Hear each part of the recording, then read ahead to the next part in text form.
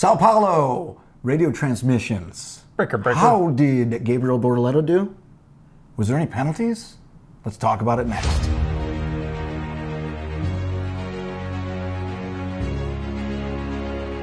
Welcome to the land of Carnival and F1. Follow the United States of Formula One for all your F1 coverage. Now your host, Nikki. And Cookie. Leve isso embora, garotos.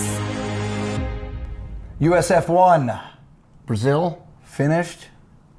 It's in the books. It is in the books. Gabriel Bortoleto.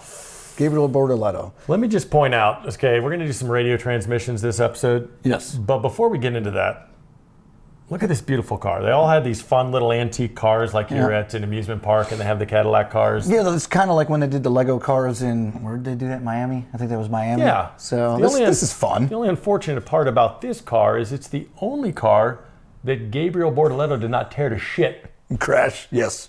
This is the only one he finished with. We don't know it for sure, though. They don't show this whole little escapade. I'm sure he crashed it somehow. Well, this was during the sprint. Yes. Okay, and there's a lot of chaos, there's debris flying. Here's the after. Yes, that doesn't even look like an F1 car. For a non-fatality, that's about as much as you can F up a car. Where's the spoiler? Where's the front wing? Where's the human? Where's the suspension? I see the human, I see his head. Oh, there he is, yeah. So luckily, first, good thing he was okay. His whole family's there.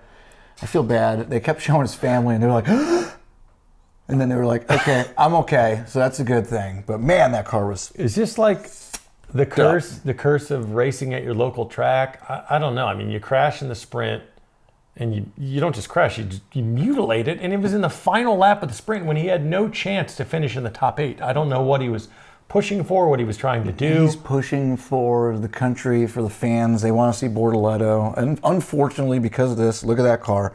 I can't believe that they almost got that car. There was 2 minutes left on the clock during qualifying.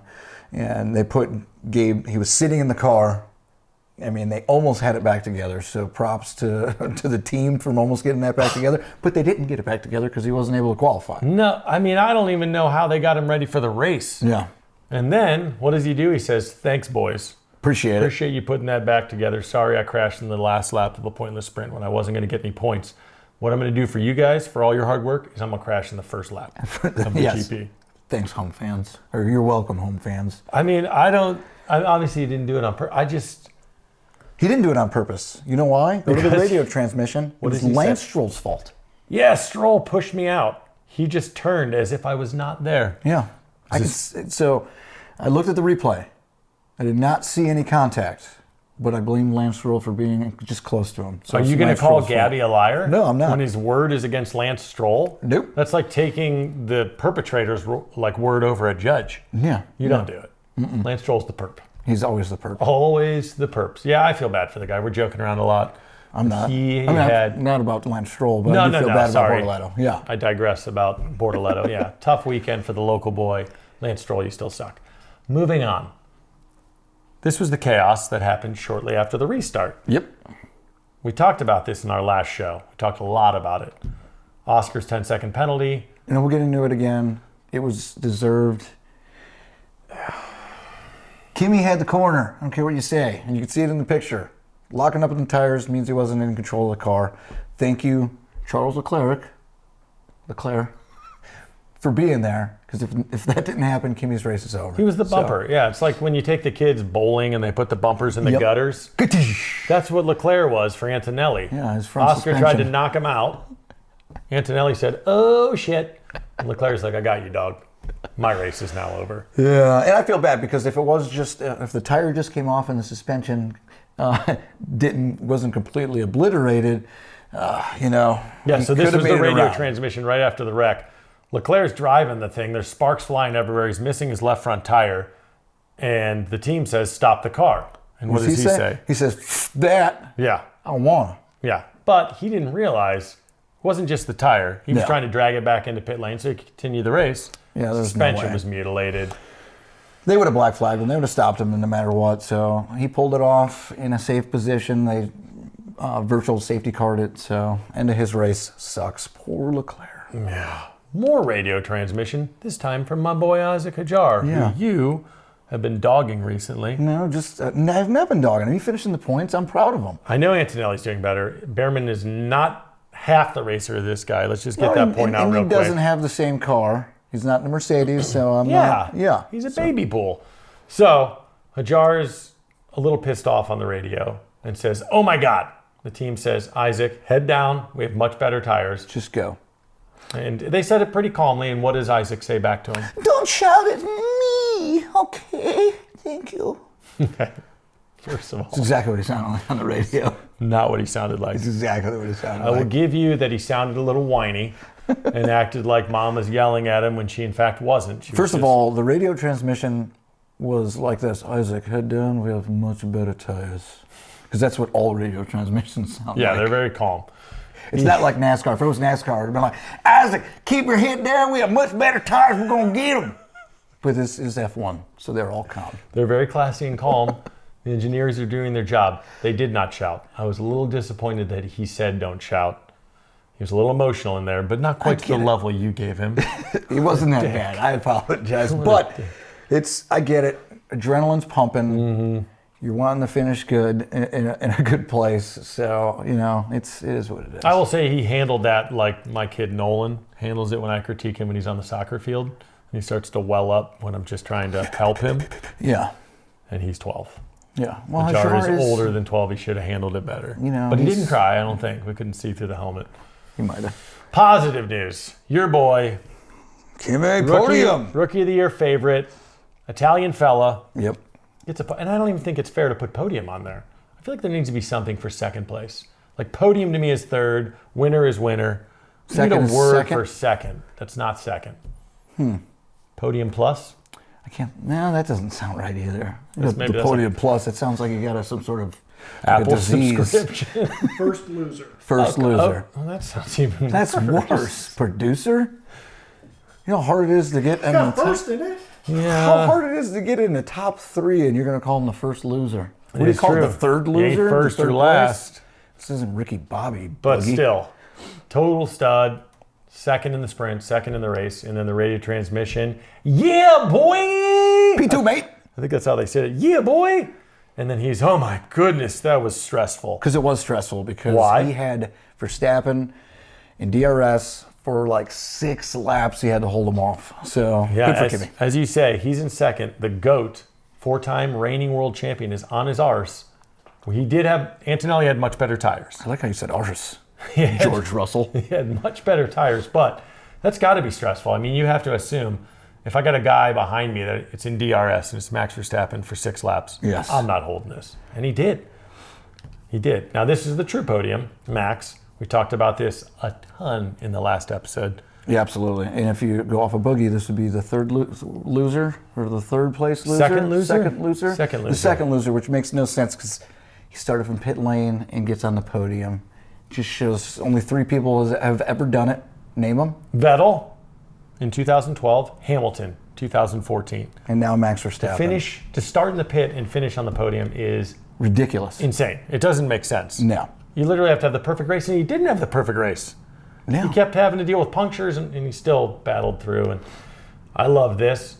This was not at the end of the race. There was like 20 laps to go, and he was about 20 laps to go, and he was race leader at that time. He was race leader because Lando had just pit to get new tires. Piastri had a penalty. Verstappen was going to have to pit in a little bit for tires, but he was in that momentary first place. And the engineer says, something I didn't think I'd say, Max, at the end of the pit lane earlier. You are now race leader. Not bad. And he just says, not bad. Just like, yeah, why is that a big deal? Last year I was 17th, qualified, and I won the thing, so I expect to win. That's why I'm here. Yeah. These guys are all turds, I'm not. Then when the race finished, he was a little bit more gracious. Engineer, what to say, Max? Well done. It may not be your win from last year, but looked as impressive as then. Never give up. Yeah. And he says, exactly that. I gave it everything out there. So yeah, keep pushing. Yeah, keep pushing. Alluding to the next 3 races, keep pushing. Well, let me ask you this. Let me answer this. This is actually not even a question because I already know what you're going to say, but Okay. the race from last year, starting 17th and finishing in the rain, first place, Okay. to this year starting in pit lane to getting podium, which is more impressive?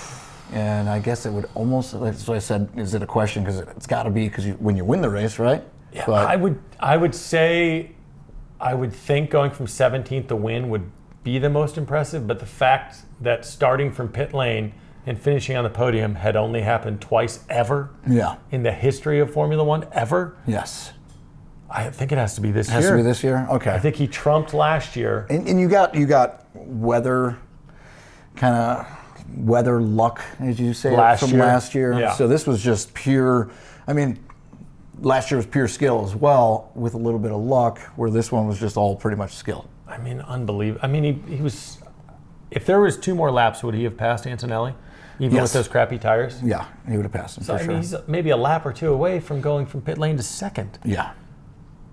I think this year. I think when you're putting yourself in the record books with Vettel and Hamilton for a circumstance, whatever the reason, that's the most impressive. Do you think now, we kind of talked about it in the last show, do you think, there's 19 laps left. He's in first place by 7 seconds. Do you think he should have tried to geek out those tires and potentially get first place, or do you think there's zero chance of that happening? I know that you think he should. I know that Max wanted to, but I think when you're dealing with these engineers and the science and the math and the intelligence and you're they on have, 20 lap old tires, and Norris they know what's going to happen. Pit, and he's on brand new tires. Mm-hmm. Yeah, I mean, it just shows you that when he pit, he was 9 seconds behind George Russell, catches up to him, and catches up to Antonelli to get where he finished the race. So yeah, I think they see if he tries to push it out, Lando's going to start gaining on him, and now he finishes maybe 5th. Bite the bullet now, get the fresh tires, step back, and then work your way back up. Yep. And they were probably hoping he could get into second, and he damn near did. Yeah. Damn near. Trophies this year. Do you love the trophies? It looks like a upside down pineapple. Looks pineapple-esque. No? Like a swingers kind of trophy? Like a cruise ship swinger? No. Yes. Okay. It just looks like a pineapple, not upside down. Okay. Or, I don't know. I loved him. I mean, in person, this is not the best picture, because on the right here, it kind of looks like a drum. Well, I was thinking 2 things. The profile straight on, they actually look pretty cool. They're not as cool as Austin. Yeah. You got the long horns, and you get the belt buckle for the sprint. I don't even know what the sprint trophy was here. It wasn't even cool enough to show. They look great, but from the top, I'll take your bongo drums as one. I think they look more like if there was a wick in the middle. It would look like a candle that my mom would want me to buy her for Christmas. Okay. I mean, I don't know what that paper top is. It literally looks like, I can't even think of the great candle maker. Candle.com? Candle.com. My mom's going to be so sad at me that I can't think of the candles that I'll she say loves. this, the trophies in person, well, not in person because I wasn't there, but on TV, look fantastic, and they're a hell of a lot nicer than the big dishes that are platters, and a lot nicer than Grandma's vase. Anytime there's a vase or a dish, I'm like, this is ridiculous. These are professional athletes. Give them a cool looking Give them trophy. something metal. Something cool. Yeah. Now, you just said that you were not there in person, so you didn't see the trophy? No. You know where you'll see the trophy? Las Vegas? Because we goes in. 2 weeks. We'll be in Vegas and we will see those trophies in person. I might try to steal one. I'm going to steal one. We're going to get on the news and USF1 is going to blow up for all the wrong reasons. You heard it here first. Love you. Follow us on YouTube at the United States of F1 and on Facebook, Instagram, and TikTok at United States F1. Join us next time on USF1. Like and subscribe. Copyright Brugman Media Limited 2025. Love ya.